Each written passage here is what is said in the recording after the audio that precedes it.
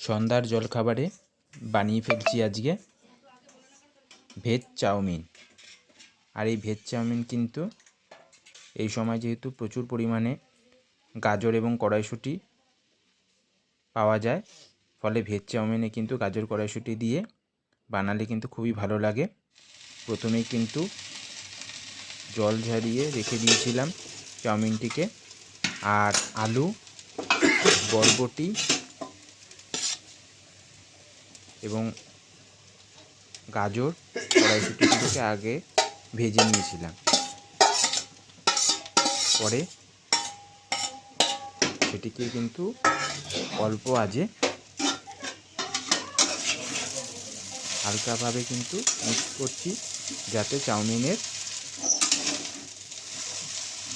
একদমই দলা পাকিয়ে না যায় বা গুঁড়ো গুঁড়ো না হয়ে যায়। ফলে ধীরে ধীরে কিন্তু আস্তে আস্তে করে কম আঁচে প্রথমে মিক্স করে নিতে হবে, তারপরে কিন্তু আঁচটা বাড়িয়ে দিতে হবে। আর ছোটোবেলা থেকেই কিন্তু এ ধরনের চাউমিনগুলো বাড়িতে সাধারণত আমরা খেয়ে থাকি, এবং সেগুলোর স্বাদ কিন্তু রাস্তার চাউমিনের থেকে অনেকটাই আলাদা হয়, কারণ এতে না দেওয়া হয় সোয়া সস, না দেওয়া হয় ভিনিগার।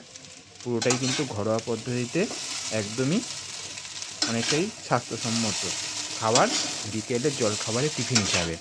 তাই এইভাবে কিন্তু আপনারা বানিয়ে নিতে পারেন এবং বাচ্চাদের এটি কিন্তু করে দিতে পারেন, খুবই ভালো লাগে। সাধারণত মধ্যবিত্ত ফ্যামিলিতে কিন্তু আগে আমরা এই ধরনভাবেই কিন্তু চাউমিনগুলো বানিয়ে খেতাম।